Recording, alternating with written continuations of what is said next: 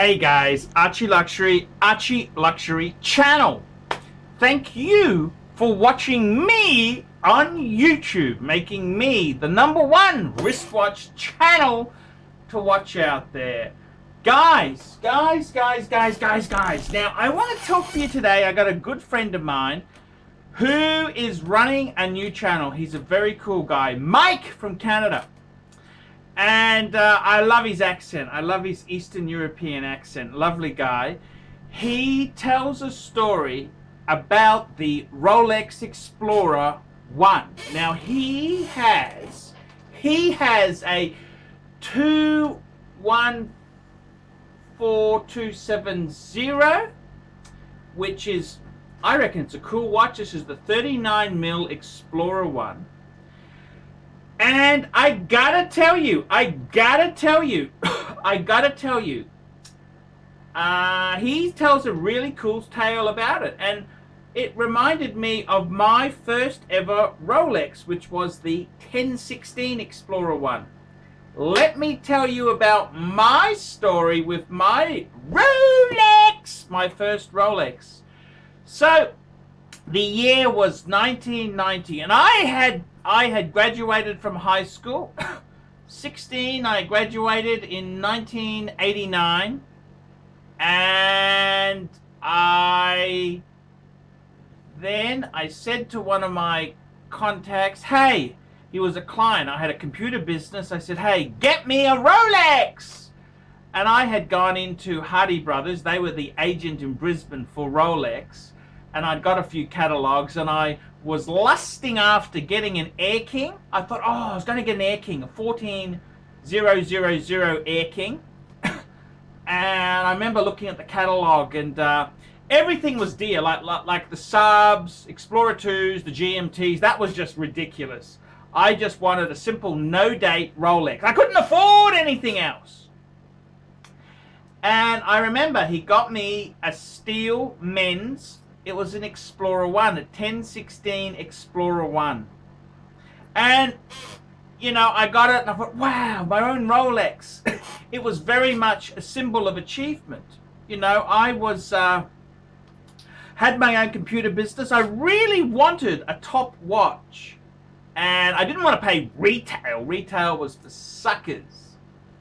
And I remember I paid, it was $15.35. But because I'd put it on Amex, it turned out to be $15.75. 1,575 Aussie dollars. Brand new Rolex Explorer 1, reference 1016. And I was a little disappointed. I was disappointed because it had the plastic glass, the Helsa-like glass, which I thought, okay, I'll take it. And it was quite interesting. So I got that, and I was chuffed, my own Rolex. I showed my dad, and I actually gave him my Seamaster, Omega Seamaster. And it was not a James Bond sort of one. Omega put Seamaster on everything. It was kind of a dressy kind of watch. 30, you know, it's a real midget-sized, smallish one. And I gave that to my dad, and I had a Speidel, a gold-plated, because it was a gold-plated sort of top, and I put it on a Speidel gold-plated bracelet to look swanky. And I remember I gave it to him because why would you need more than one watch? This is before watch collecting and that. And I remember he looked at the Rolex and said, the first thing he got his tooth. Oh, plastic, no date. And years later, I had fun telling him what I'd sold that Explorer 1 for. But it was just such a cool watch. I loved my Explorer 1. That was the first taste of Rolex. And it was just fluke. I got to be honest with you. If I really, what did I really want? I wanted a two-tone Datejust, like an American, or a solid gold date. That was the lotto win if I won lotto. But, you know, because I'd been reading American Psycho, Bret Easton Ellis's book, American Psycho.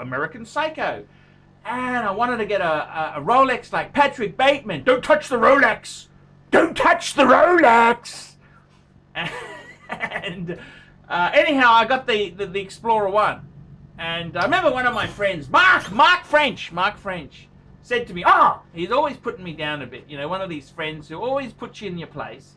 He said, oh, that's not a real Rolex. Look where the logo is. It's got a triangle there. You can't even see the crown.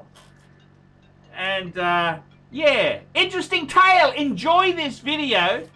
And tell me what you guys think of this. Hi everyone, this is Bear Clooney, and this is Bear Clooney Rolex Explorer. Yep, this is my Rolex Explorer.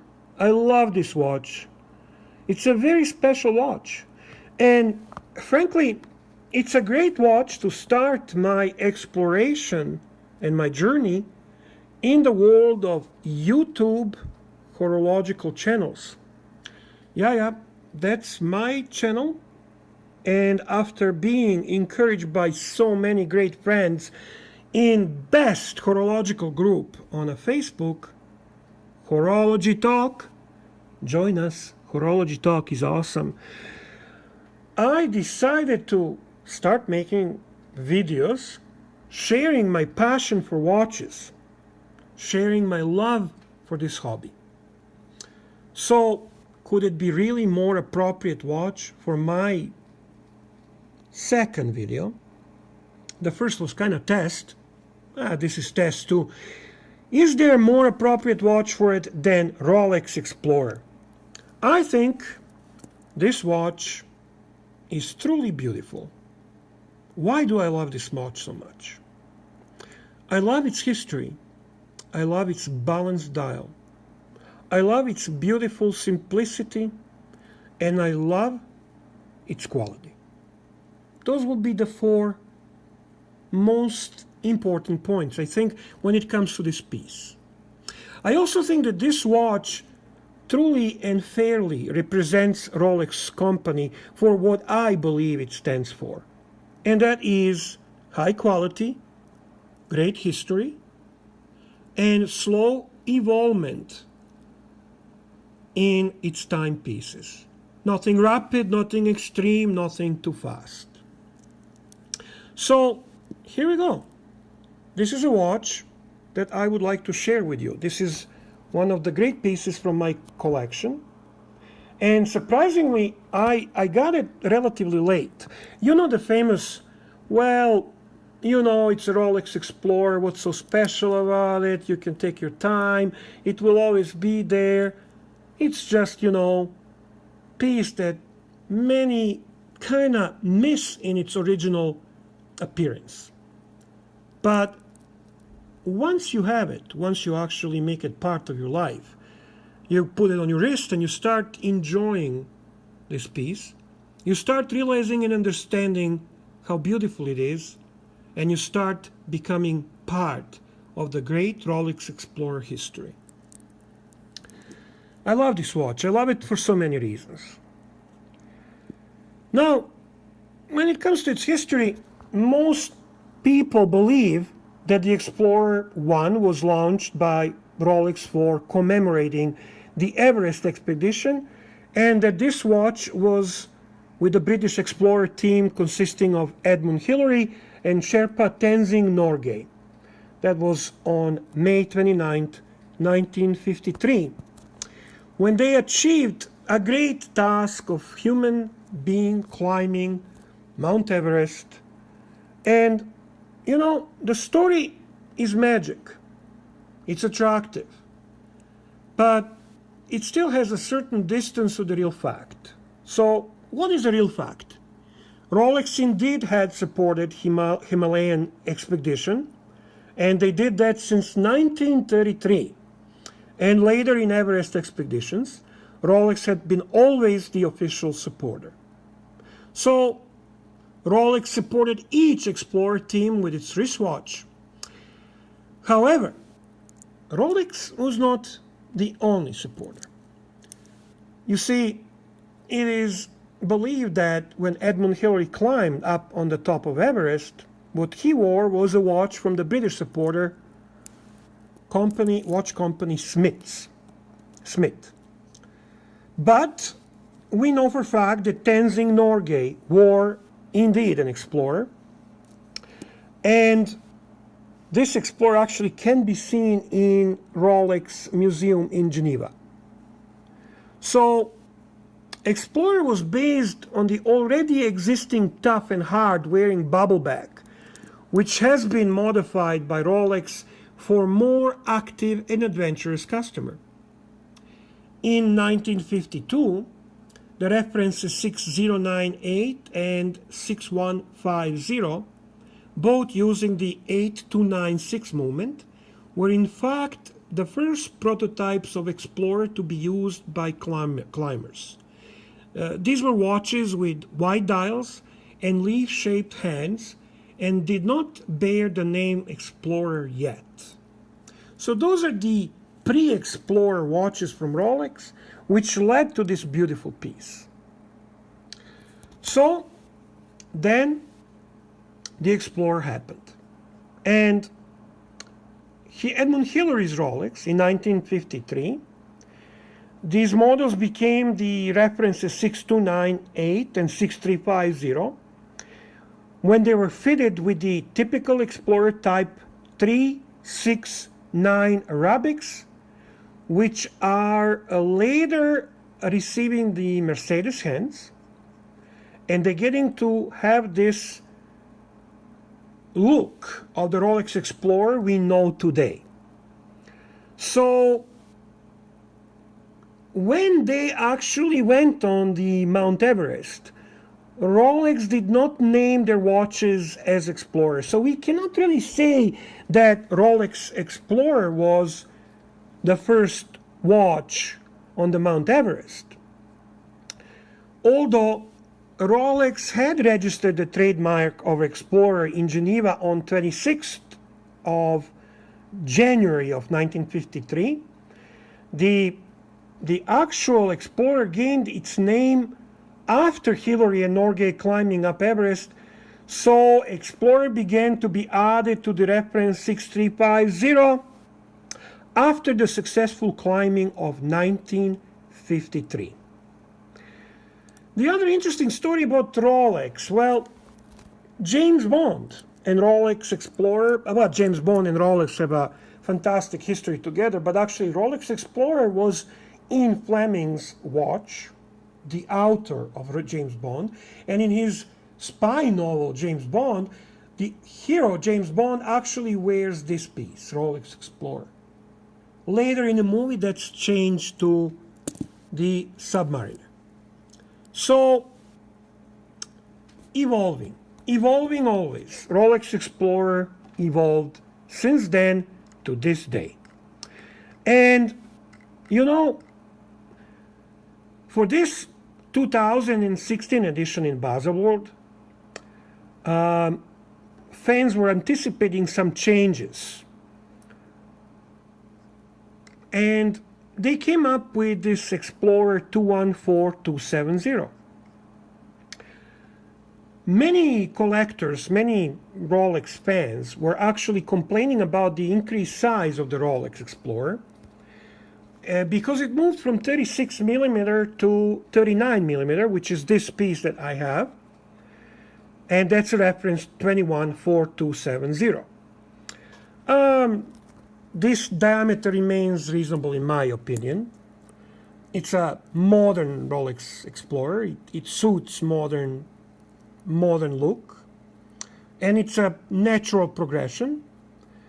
But there was a problem with Rolex fans, and it was, even though now with this growth of 3 millimeters, they actually felt that the size of the hands did not match that growth. So they felt that hands are a bit short, and in comparison to the new dial, the minute hand was not relevant, and the tip of the hand wasn't touching the minute track. So also the other complaint was, if you look at the Arabic numbers 369 on the previous version of this one, they were actually solid. They did not have the luminous material there. So many Rolex fans felt felt that that's not necessarily the way to go. So that second evolution concerns those numbers, those indexes. So they are coated with the blue chromalite luminous material, just like the rest of indexes. And the whole dial seems to be now more balanced and more appropriate in its size. You see, that was important because this watch, its beauty, comes from the balance, comes from that perfectly balanced dial. I think they have achieved, again, through a slight transition, a great look for modern version of Rolex Explorer. And I have been truly enjoying this piece. I think it's a great watch. You might also look into Air King, which is a very similar piece to this one. Now, it depends what's more important to you. You see the Air King, which is slightly larger by 1 millimeter, but it has this green second hand and green Rolex logo. Otherwise, it's very similar in its look. And it actually has a very similar movement to Milgauss, and it has those anti-magnetic qualities as a Milgauss. When it comes to Rolex Explorer, I think the main superhero strength is anti-shock ability, and this watch is made to resist shocks better than many other.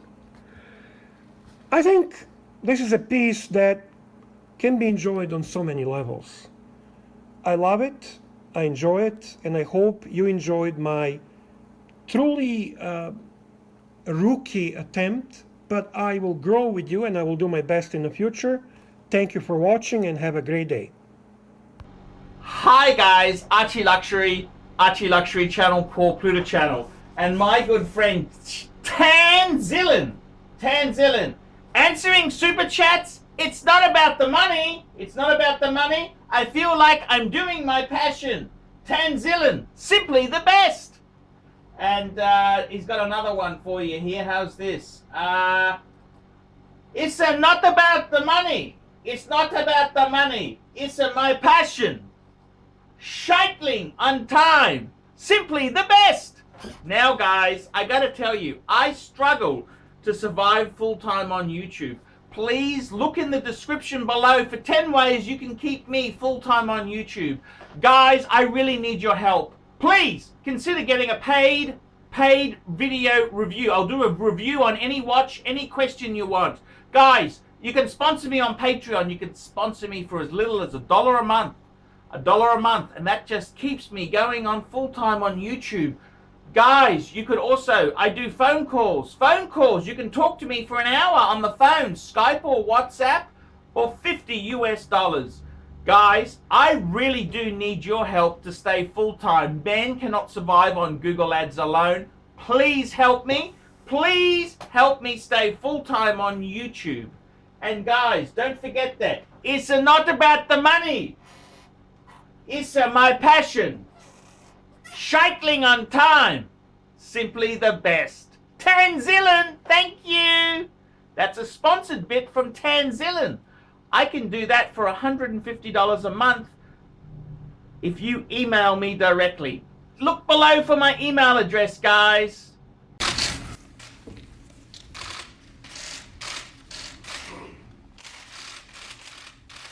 Okay.